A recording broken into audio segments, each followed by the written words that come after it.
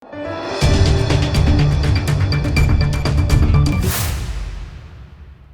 દર્શક મિત્રો, આપ જોઈ રહ્યા છો લોકમૈત્રી ન્યૂઝ. હું છું એન્કર અર્પિતા પટેલ. હવે જોઈએ અગત્યના સમાચાર. તાલુકા પંચાયતની પેટા ચૂંટણી યોજવાની હોય ત્યારે કોંગ્રેસ દ્વારા પર નંદેસરી, દશરથ અને કોયલી બેઠક માટે પોતાના ઉમેદવારોના ઉમેદવારી ફોર્મ ભર્યા હતા. તાલુકા પંચાયતની પેટા ચૂંટણી આવી રહી છે ત્યારે કોંગ્રેસ તરફથી 3 ઉમેદવારો ઊભા કરેલા છે, જે આજ રોજ ફોર્મ ભરવા માટે આવ્યા હતા. એમાંથી નંદેસરીમાંથી રાજેન્દ્રસિંહ ગોહિલ, દશરથમાંથી વસરામભાઈ રબારી, કોયલીમાંથી સંજયભાઈ ઠાકોર છે, જેઓના આજ રોજ ઉમેદવારી ફોર્મ ભર્યા હતા.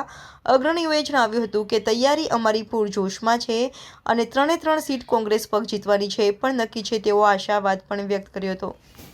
Bureau report, Lokmaitri news, Vadodara. આવી તાલુકા પંચાયતની પેટા ચૂંટણી આવી રહી છે ત્યારે અમારા કોંગ્રેસ પક્ષ તરફથી 3 ઉમેદવાર ઊભા કરેલા છે, જે આજરોજ ફોર્મ ભરવા માટે આવ્યા છે.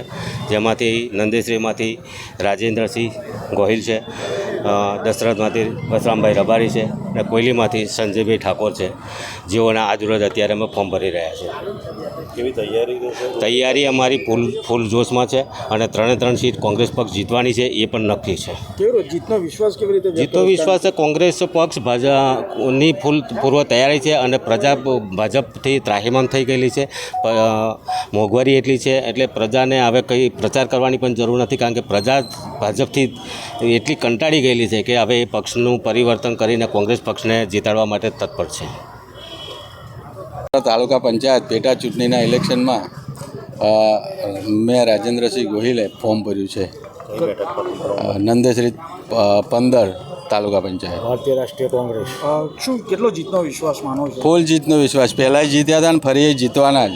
ગત વખત ભાજપમાં હતા, આ વખત કોંગ્રેસમાંથી. કોંગ્રેસમાં હતા તોય પહેલાં ભાજપમાં હતા તોય સૌથી મોટી લીડથી જીત્યો હતો અને આ ફર એનાથી પ્લસ કરીને જીતીશ. ભાજપ એવું કહી રહ્યું છે કે ડિપોઝિટ ડૂલ કરીશું. ડિપોઝિટ ડૂલ કરવાવાળા ગયા એ તો એમની ના થઈ જાય એ જોવે, બીજું શું. લોકમૈત્રી ન્યૂઝ સાથે જોડાયેલા રહેવા અમારા યુટ્યુબ ચેનલને સબસ્ક્રાઇબ કરી ફેસબુક અને ઇન્સ્ટાગ્રામ પેજને લાઇક અને શેર કરો.